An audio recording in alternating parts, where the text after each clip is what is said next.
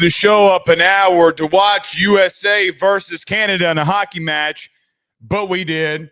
I'm not a knower at all of hockey, but tonight at 7 p.m. Central Standard Time, you and I hope that you will join me in this. You and I are going to be watching the USA take down Canada because there's one thing that I will do in sport that I normally don't do. If I don't really watch the NHL, really. Maybe I should. Don't watch hockey much. Didn't grow up in it. Didn't know it. But what I did do, and will always do, when those three little letters go across the chest, and no, I'm not talking about LSU, but when those three little letters across the chest say USA on them, and then you're going for everything, and tonight is the night, and then you come out with all these videos of the movie Miracle.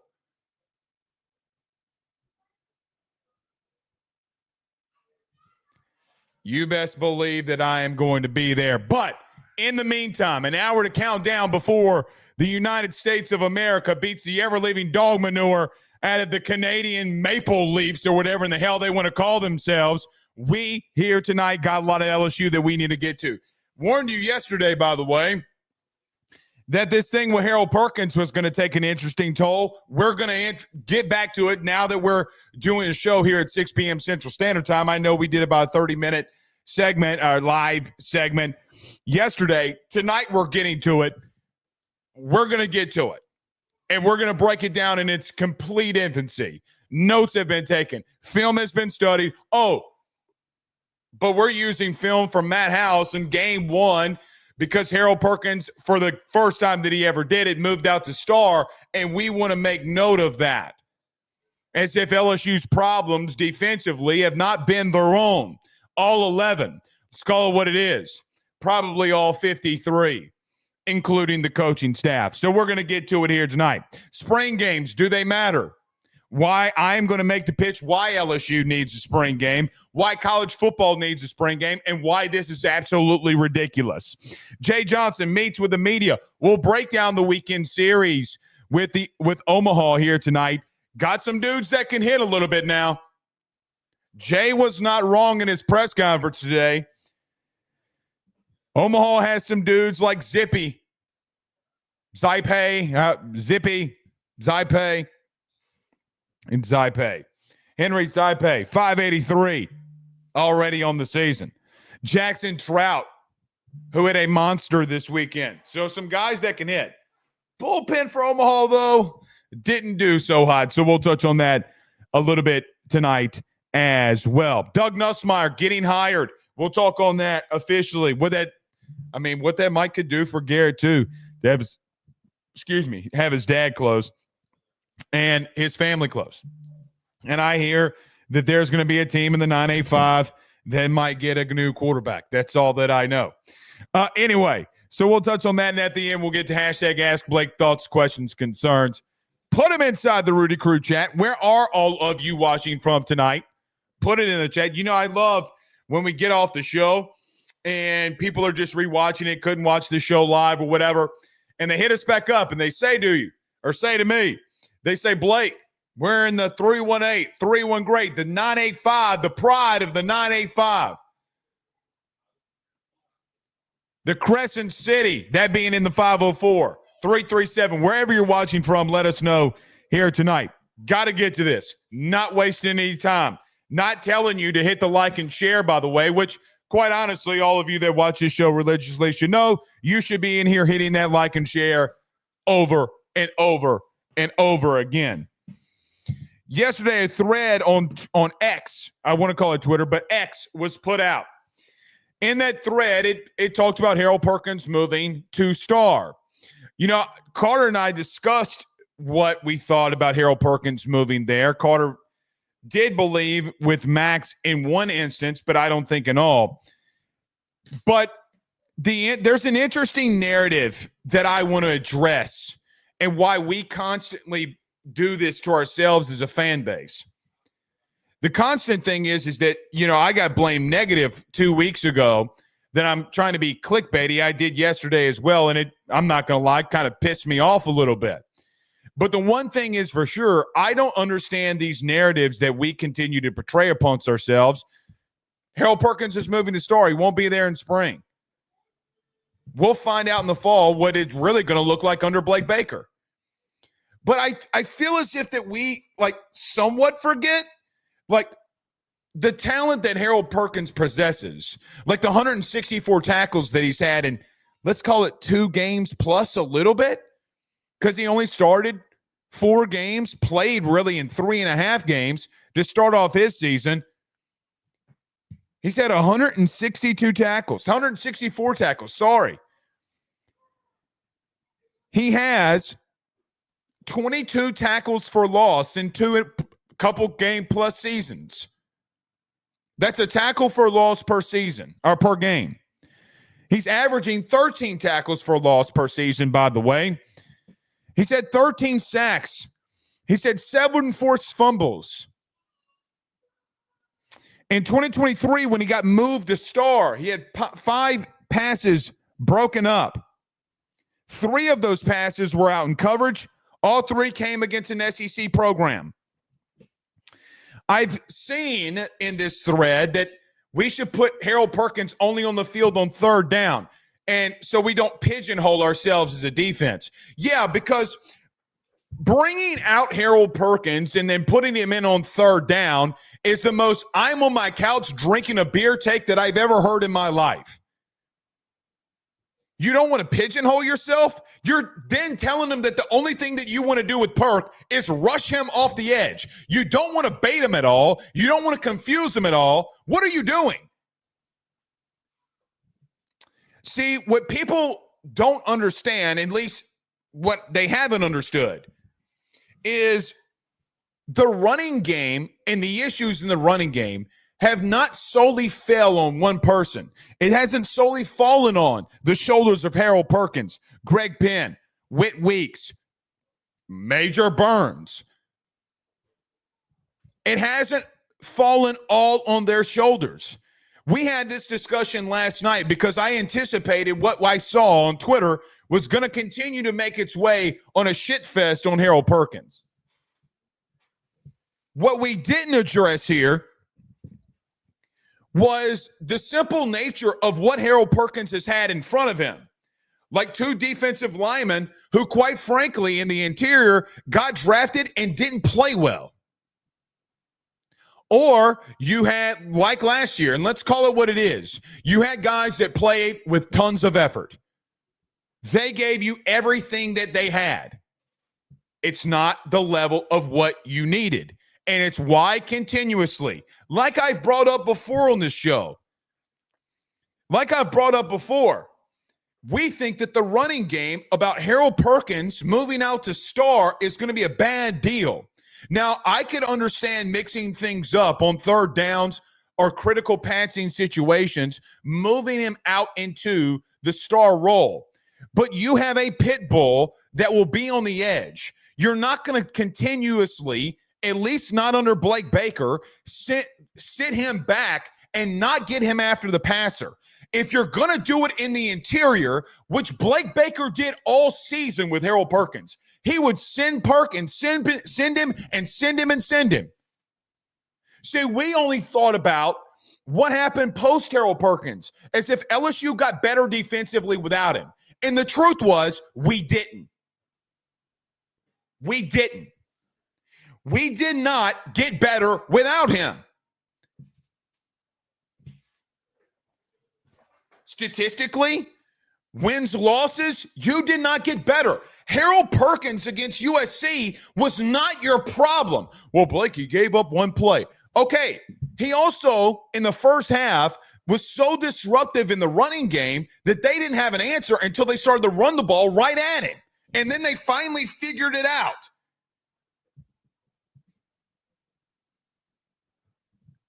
People get paid millions and millions of dollars to figure out, when you have a talent like that, what you're supposed to do. You haven't done it. Now, some of that is on Perk and being, what I've seen, a positionless player, which I actually do agree with that. I do think he's positionless. But what I also believe here too is I've seen him do, even last season, things when he's getting after the passer that are really good. It's his strength. You got to adapt to it. Pigeonholing yourself was leaving Major Burns and Sage Ryan on man-to-man coverage when you sent the star 51% of the time on blitzes. It's not my stat. It's Pro Football Focus's. Listen, man, I don't know if it will work. I don't know. There's a chance that it doesn't. There's a chance during the season you're going to have to adjust. Harold Perkins is not the reason and never has been the sole reason. There have been some moments where he's gotten beat. He's not the sole reason for you averaging 250 yards on the ground per SEC loss. Harold Perkins is not the reason that you have not clipped since 2022 the top 50s in total yards allowed. Harold Perkins is not the reason why this year you were in the 80s when it came to 70s, when it came to third down conversion rate. He wasn't the reason last year either. Pigeonholing yourself and a thing going viral from a guy who claims that he knows what he's doing. He claims that he covers his team, and Max Toscano or whatever his name is. Bro, what are we doing? What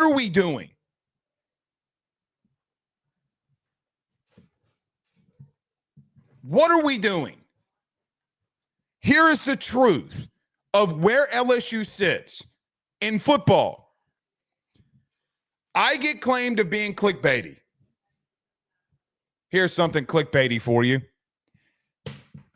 LSU's problem is they've been soft in the interior on both lines of scrimmage. That is the truth. They have, in big moments, gotten pushed around. That includes Mason Smith. That includes Mekhi Wingo. That includes Jacoby and Guillory. That includes Jaquelin Roy. Go watch the second half of Texas A&M, because you'll see it over and over and over and over and over and over and over again. What was the biggest thing that LSU needed this past offseason? It was defensive tackles. We're not good enough. We're not deep enough at that position. It didn't magically, when you didn't go and get anybody and you didn't want to spend the money in NIL to go get anybody, it didn't just magically go away because you played a season. It didn't magically go away that you played a season and your issues went away. No. It doesn't change the fact that your front seven is completely revamped and renewed. You went out and got Jack Pyburn. You went out and got Jamari Butler. You went out and got Sydir Mitchell. You went out and got Patrick Payton. You went out and got a safety. You went out and got corners. Damn near you could say that your entire defense has been revamped to the Blake Baker way of the way that he wants to do things. Harold Perkins not fitting an inside linebacker has nothing to do with Blake Baker needing, if he is right and healthy, all of those things we also need to discuss. But Blake Baker has to find a way to utilize him to his best strengths. That is the truth.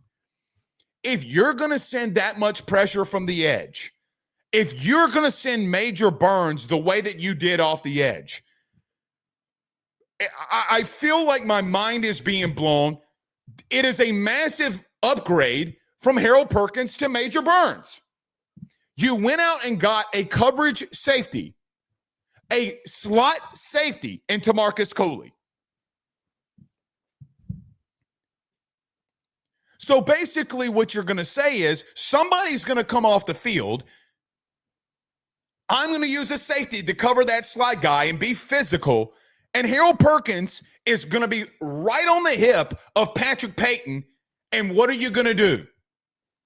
Are you going to leave a tackle on Harold Perkins? Are you going to move a slower guard over to Patrick Payton to pick up a blitz? You're going to bring a running back out against Harold Perkins. Good luck with that one, bud. Good luck with that one.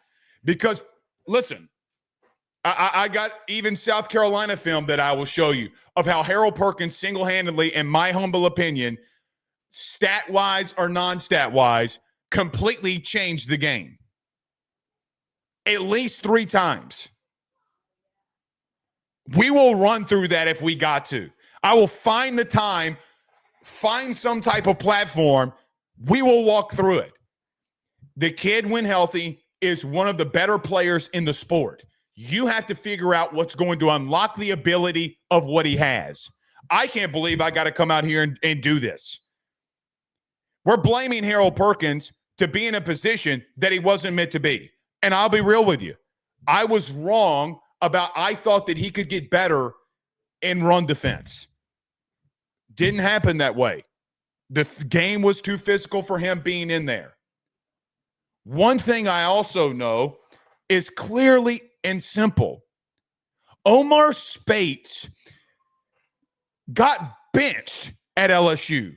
Got benched.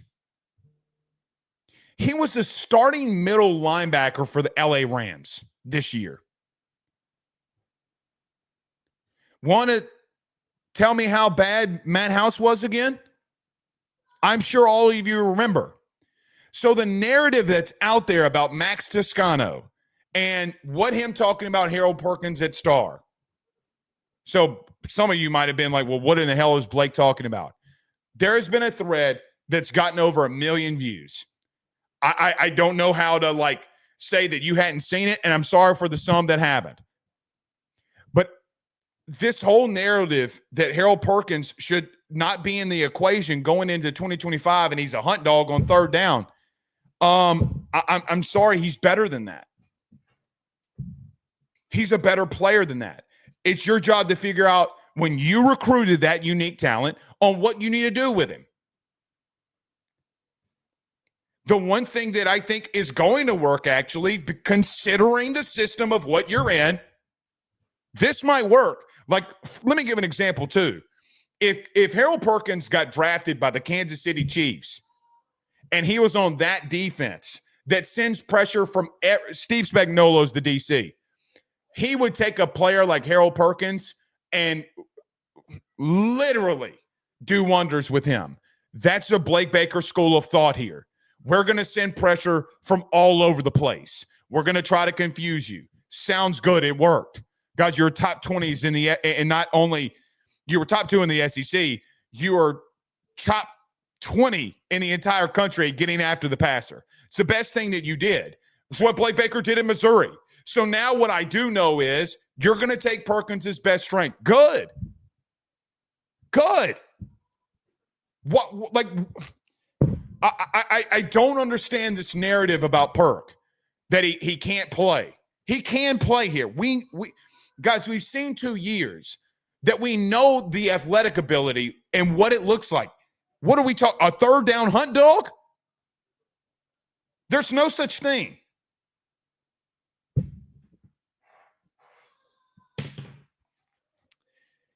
You have been bad defensively. Harold Perkins has had multiple positions. No one can say that the issues defensively at no time was his fault. There are plays and moments where things are his fault. You fired a DC. You went into the portal and got more guys than you could do with. You came in here and said the personnel on defense stinks. It's what you said. By going in the portal the way that you did, you're admitting that defensive roster stunk. Sorry, it's the truth. and that you needed to get better. What you also said is a lot of those young guys are just aren't ready. We haven't developed them yet. Okay, that's cool. That's completely cool.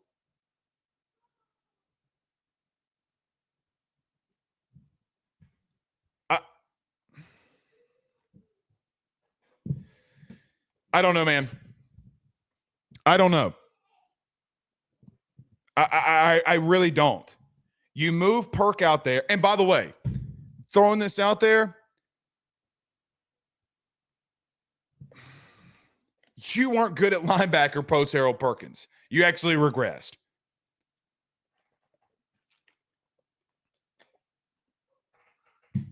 Guys, you got pushed around. That's a big position of what we got to find out something quick. I hope this Jaden Breaker kid I keep hearing about too. It's going to be interesting to see what Jaden Breaker looks like. I don't get it. You do not watch this team. You do not watch this team enough if you think that Perk being out there potentially cannot be a complete game changer. For him, it can be a complete game changer for this entire team. I mean it. I can see it happening. People have labeled me too at some junctures that I'm a Perka hater. I'm not a Perka hater, clearly.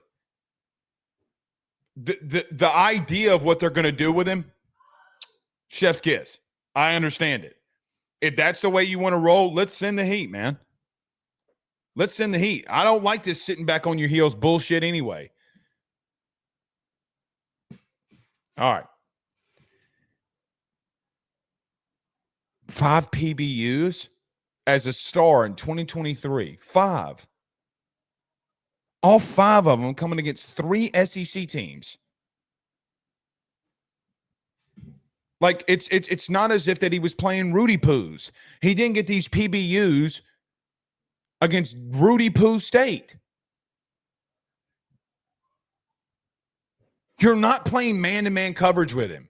I get what the thought process of you moving Perk to star means absolutely nothing when you think they're going to put him on a slot receiver. There may be a time and instance, one play that happens. In the entire game, that's what you think you're going to do? You think Blake Baker is that dumb? He's not that dumb.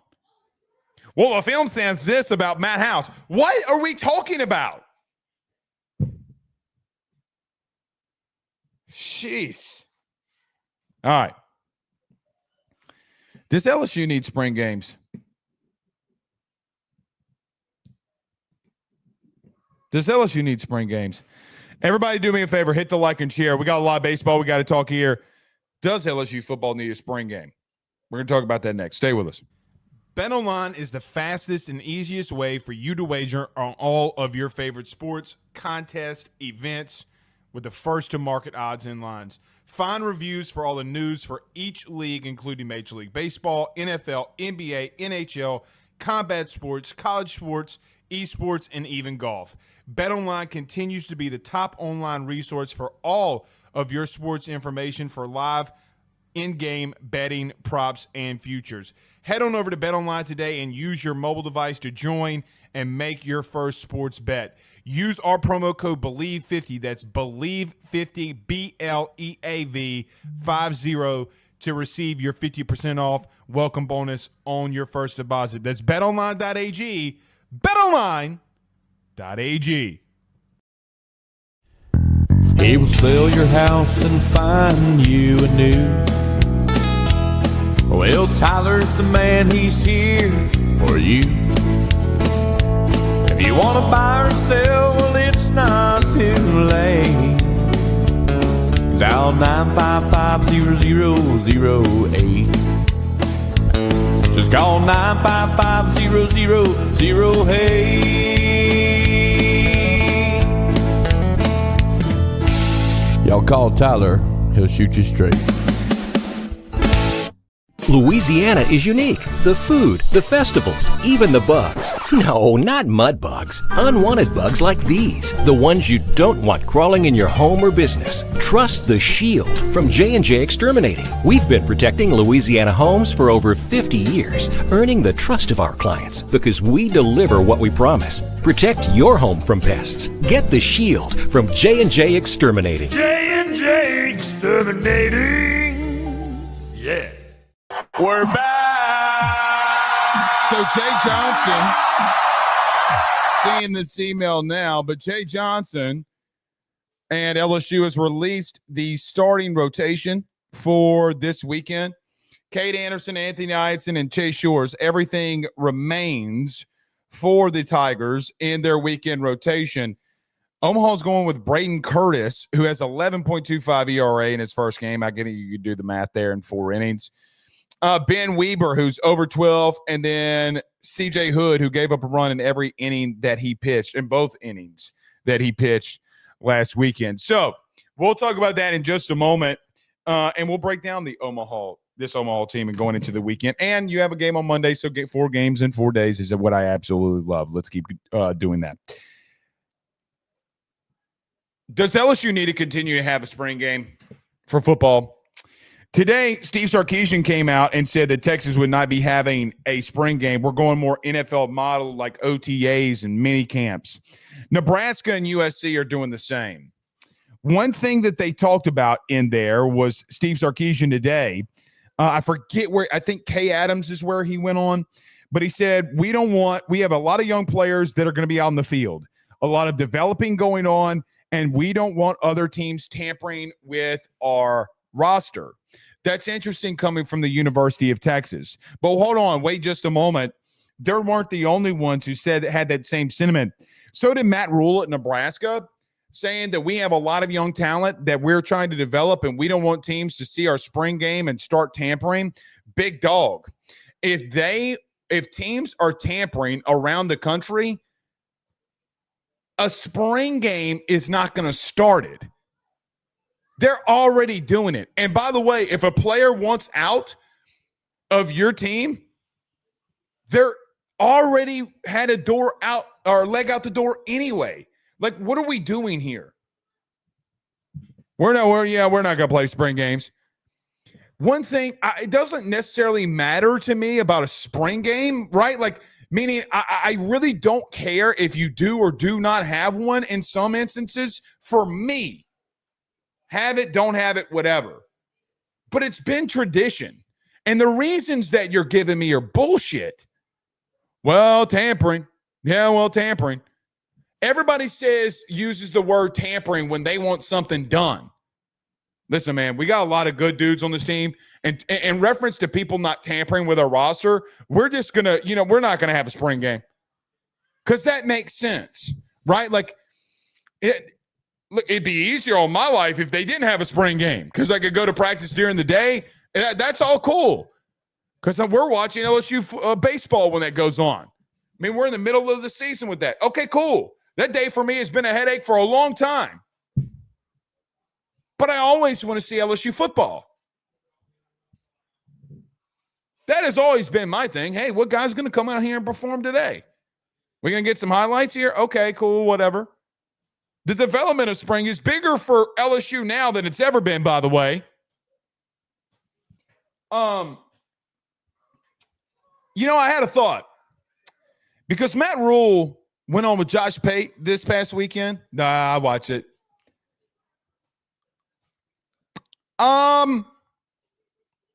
Matt Rule, even not just in that interview, but not even really in Pate's, but I guess he did in some way. But the tampering thing got brought up by Matt Rule, and it's interesting. Williams Nawari, the defensive end, who was the number 1 player in the country in a couple of recruiting classes ago, I think it was the 2024 class. He left Missouri and went in the portal. And then when he left, he had a do not contact tag, which normally means for guys, you see it more in baseball, but when guys have do not contact tags when they enter the portal, which It's basically just a sign that I've been tampered with and I know where I'm going. Didn't he go to Nebraska? Like, didn't Williams-Nwaneri go to Nebraska? Huh. Was there any tampering going on then? I am all for the NCAA and the conferences or whoever going after tampering. It will help the sport. I am with Steve Sarkisian. I am with Matt Rule. I am with Lincoln Riley. When it comes to the tampering aspect, that's got to stop. Coaches complain about everything. They never complain when they start tampering to try to make their jobs easier because they need a better player. It's funny. Texas has no room to talk when it comes to tampering.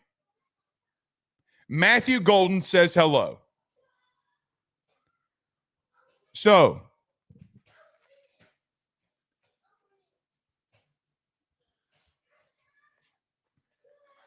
I don't like that traditions in college football are going away because we have coaches out there that for whatever reason, how about this? You can have the game. Don't televise it. Make people go there. Make it a fan day. Do whatever you want. Have NIL booths out in front.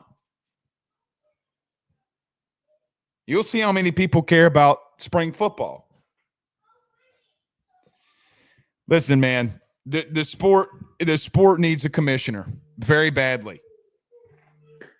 It desperately, desperately, desperately needs a commissioner. I am not that commissioner. But we need help. I don't mind the OTA model. This ironically, not having a spring game and having OTAs, mini camps, and stuff like that. You know why the media is not really mad about it? Because when you do that, there's more times for me to get more views. What do I mean by that? In spring football or during spring football, our views drastically go up. It's football. It always has been, always will be. During August, numbers, we're back up now, baby. It's time. We're finally here. You have more of those opportunities.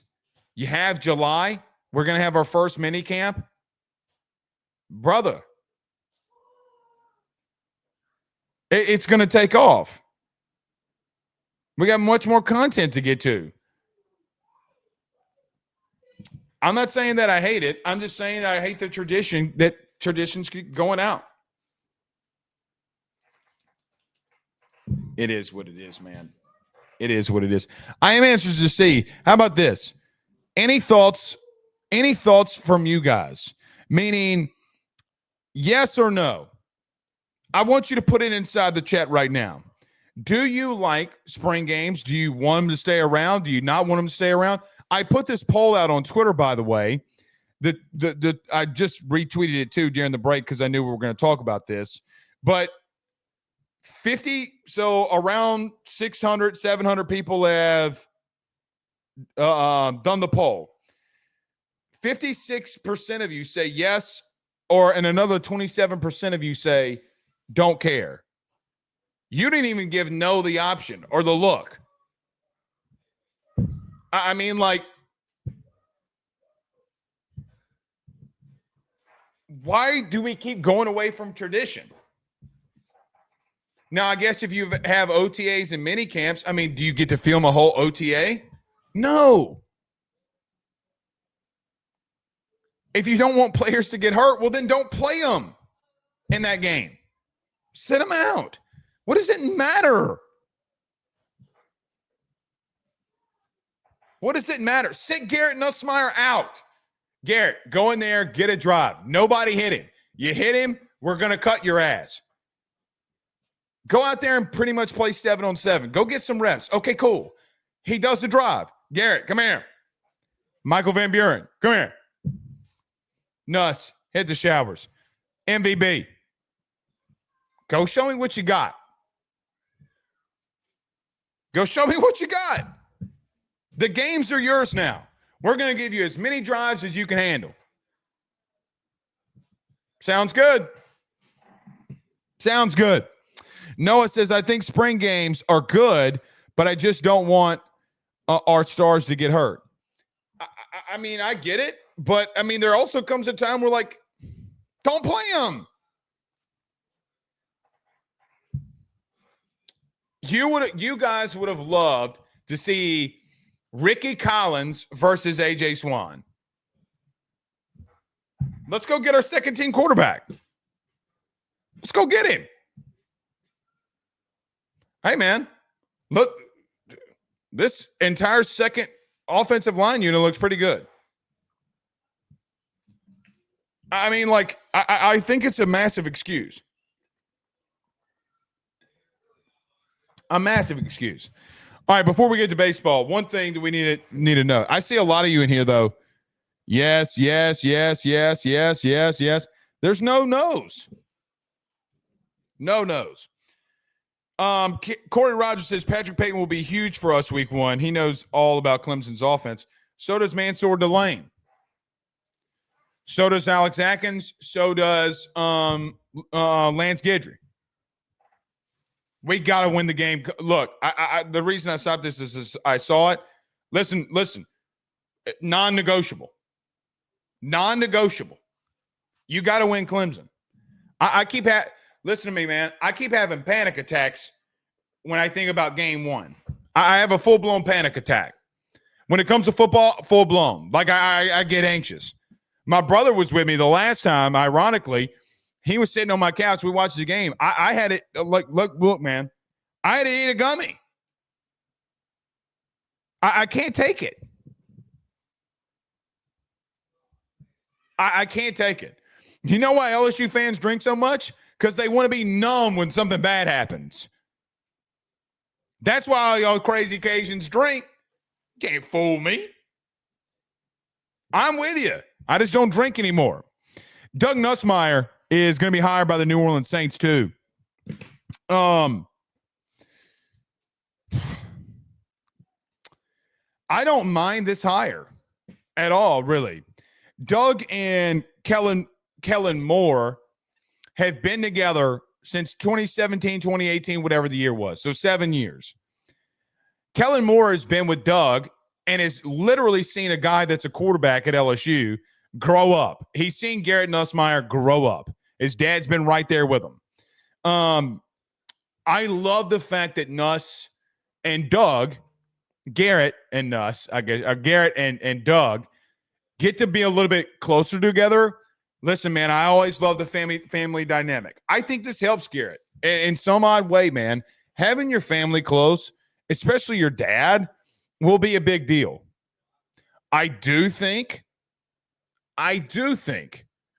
that and Doug doesn't do a lot during the summer either. He doesn't do a whole bunch. How much can he come and see him? I don't know. But that's good for them. I do think that a school in 95 is going to get a left-handed quarterback here soon. So yeah.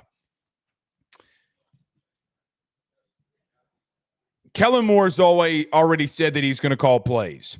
And when you have a guy like that, you need a Doug Nussmeier to be your eyes and ears.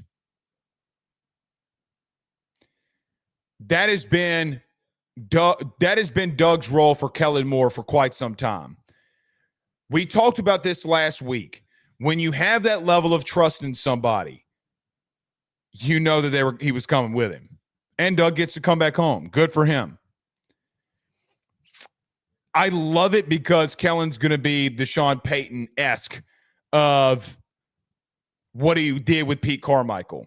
You know, I keep thinking this, but I don't want to say it.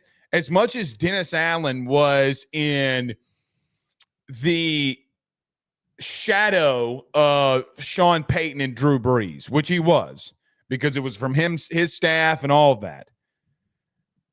Guys, you try to make another Sean Payton-esque hire. Let's call it what it is. That's exactly what Mickey Loomis is doing. Hey, this worked with Sean, and it might be a little different path that Kellen Moore's got to go on. But Sean would have figured it out. Okay, well, you had a Hall of Fame quarterback, and Sean did not want to coach when he didn't have the quarterback that he wanted. And Sean made a big risk in getting Bo Nix, but he proved everybody wrong of what he could get out of Bo Nix. And, well, when it's your system, it's your system. I love this for the entire Nussmeier family, man. This is awesome. This is just really awesome. Very, very, very awesome that you can have this situation that's going on. Defensively, I think is going to be the bigger hire out of the offense. You know what you're getting with Kellen Moore when it comes to calling plays. It will be his. So we'll see. All right. Let's get to this before we get out of here. Jay Johnson had a press conference today. We had a lot that was going on. Jay did talk about previewing or giving a recap, I guess I should say, of what he's really seen. I thought this press conference was bigger, and listening to Jay, because we just get him in like 10-minute spurts, and I think that a lot of you listen to those press conferences, but Jay really recapped the way that he saw it. I thought it was very interesting. The last 4 games, because listen, man, nobody's going back and watched more than he has. What is interesting to me is how many players on this team that Jay has serious confidence in. I do not believe that Jay bullshits you when he gets up to that microphone. I get no sense of bullshit from him. I see a constant recruiting in the sense of that he wants to tell players that they're amazing and that, look, man, I'm going to need you. We got to have you to win baseball games. I think I almost said football because I'm thinking about, man, it sounds like Saban. But Jay was asked about the recap, and the first thing that he said was, I'm very grateful for when we've played some of these teams that are not probably up to our talent. The guys, when they got subbed in, David Hogg stealing a base when he gets in, John Pearson hitting a single when he gets in the right field, hitting a shot. Everybody, Mick Paul getting back-to-back singles. Who Mick Paul, like, dude, I did not know about the story about Mick Paul until today. That I must have missed that one. But Mick Paul getting 2 singles right when he enters the game of an entire team that's being locked in. What's interesting about that too is he's like, look, man, I got to keep some of these guys engaged. They're going to play for me, but these guys are players, man. Jay said that he doesn't like the competition part of things. Listen, he said it's not the word I would use. You're constantly trying to get better. We're all on the same team. No, that's coach speak. He loves the competition that's going on right now. There's no way that you can't. But when he's talking about things that he saw, hey, man, basically what he's saying is, listen, this could wear off, and this could go when you start losing some games and the wear and tear of the season, whatever. But listen, man, I've had a lot of dudes locked in. For me, that teaches maturity. And for me, that says, well, listen, if you keep staying locked in, you keep having that level of maturity with guys like Bear Jones, Michael Braswell, Danny Dickinson's been around the block, and so is Chris Stanfield. Josh Pearson's literally seen everything baseball could throw at him. There's nothing more that Josh Pearson, who's got a brother in the major in the MLB too, and now a younger brother that's on the team. There's nothing in baseball that family hasn't seen. That breeds leadership to me. The reason I bring that part up first, before we talk about Jay kind of previewing this upcoming series against Omaha, is that I think that he is calling his team out in this instance. He's calling his team out to say, listen, man, what you're doing, continue on that same path, and you'll continue to have the same amount of success. There is a difference in baseball when you talk about unity, confidence, and team building. Mojo in the locker room when it comes to baseball, when you have this level of talent, is a massive, massive deal.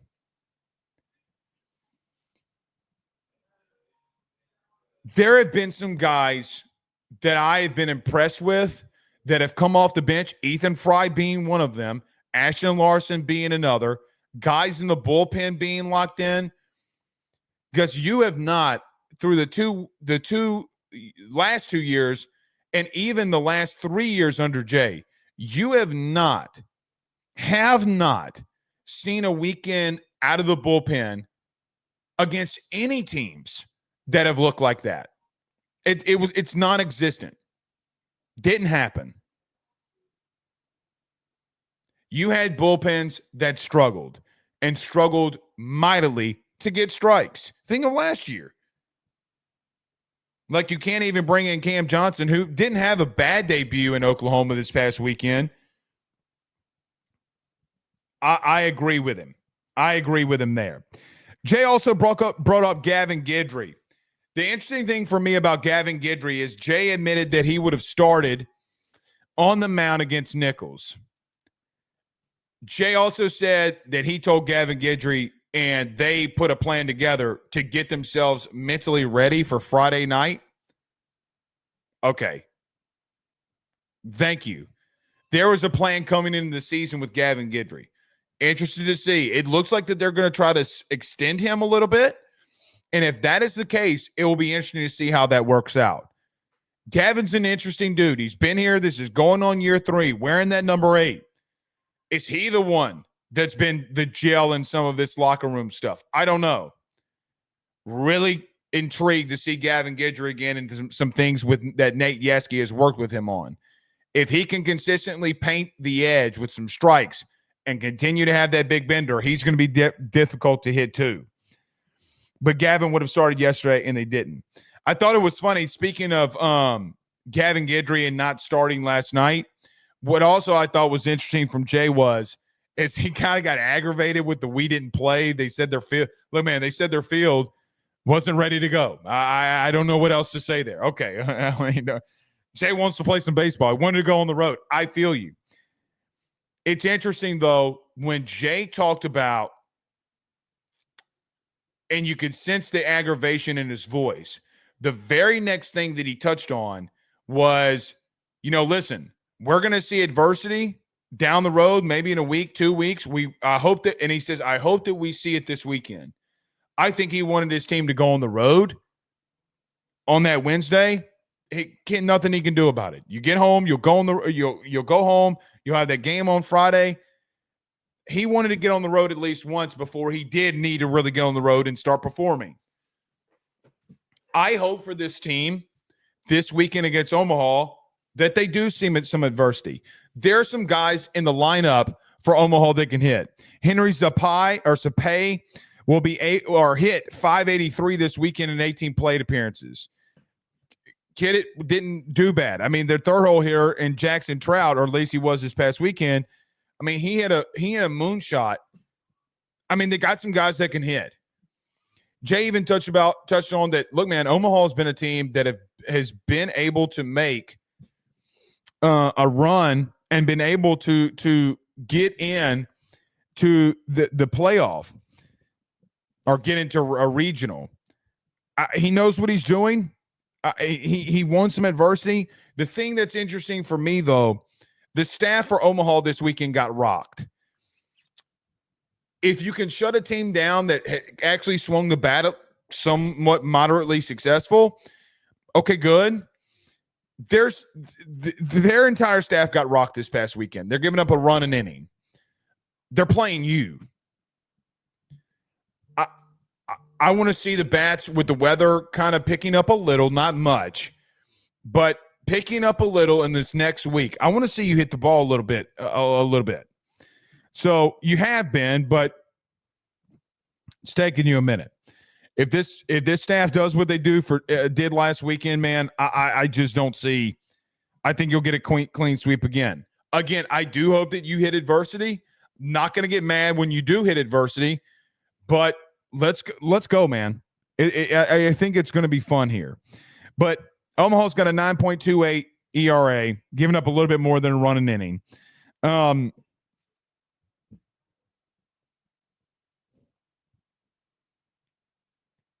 It is what it is, I guess.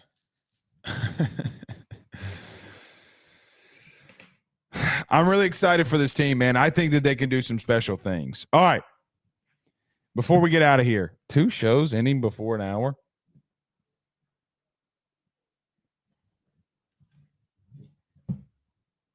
Are we really actually going to do that? Maybe we are. I don't know. Let me do this. Let me get to a quick break. We'll get to a break. Thoughts, questions, concerns. Hashtag Ask Blake. I do think LSU is going to sweep this weekend, by the way. Let me get to a quick break. When we return, hashtag Ask Blake. Thoughts, questions, concerns. Put them inside the chat until we end the show. All right, see you. Sir, be right back.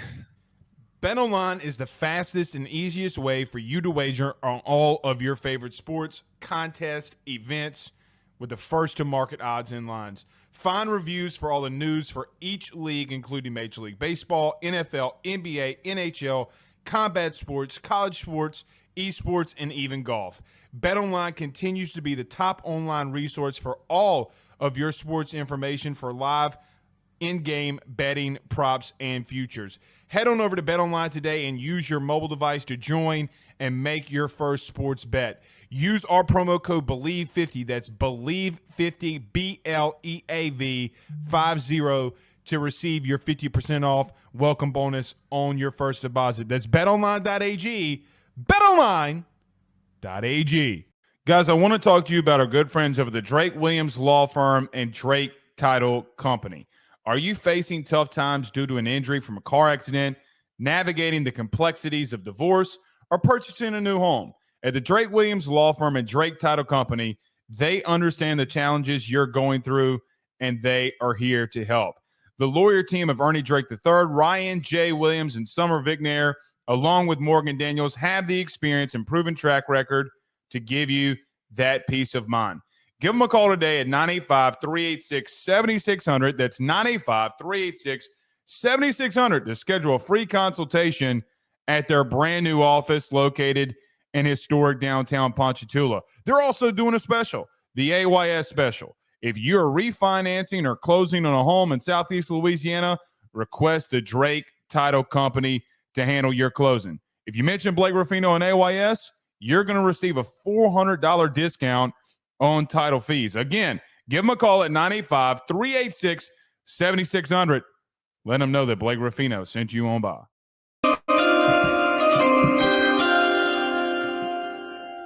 Paul's Hub says, shoot, we got the North Texas trip after the Nichols game. We do. Paul's Hub, Jay, at least in my opinion, it seemed as if Jay was a little aggravated by the whole thing. I don't know if it was the questions being asked. I don't know. It seemed to me that he was pissed off because he wanted to go on the road. And he wanted to get something in. Maybe it is. It's just how I took it, right? Could be wrong there, but that's how I read it. John Sibley Butler says Tiger baseball is loaded. There will be turbulence, but the season should be smooth. I hope there's turbulence this weekend. I hope that they get up on you early and you got to respond. I hope they keep the game close for halfway through the game. Corey Rogers says, I think Justin Fields could be a fit in Moore's offense, at least until we can draft a legit quarterback. Very well could. Be interesting to see where he goes there. Noah Mason says this baseball team is so good with so much talent. I agree. I think they are as well. I really do. They are loaded there. The simple fact that you're still battling out for DH. You're still battling out so many things. Jay was asked today too about the speed of the outfield. Has he ever had that? And he's kind of giddy. He's like, no, not really. No, he hadn't. He's got speed out in the outfield now. I mean, look, he talked glowingly of Chris Stanfield today. Because why not? Right? Because why not? All right. We'll see y'all tomorrow, man. Or probably Saturday.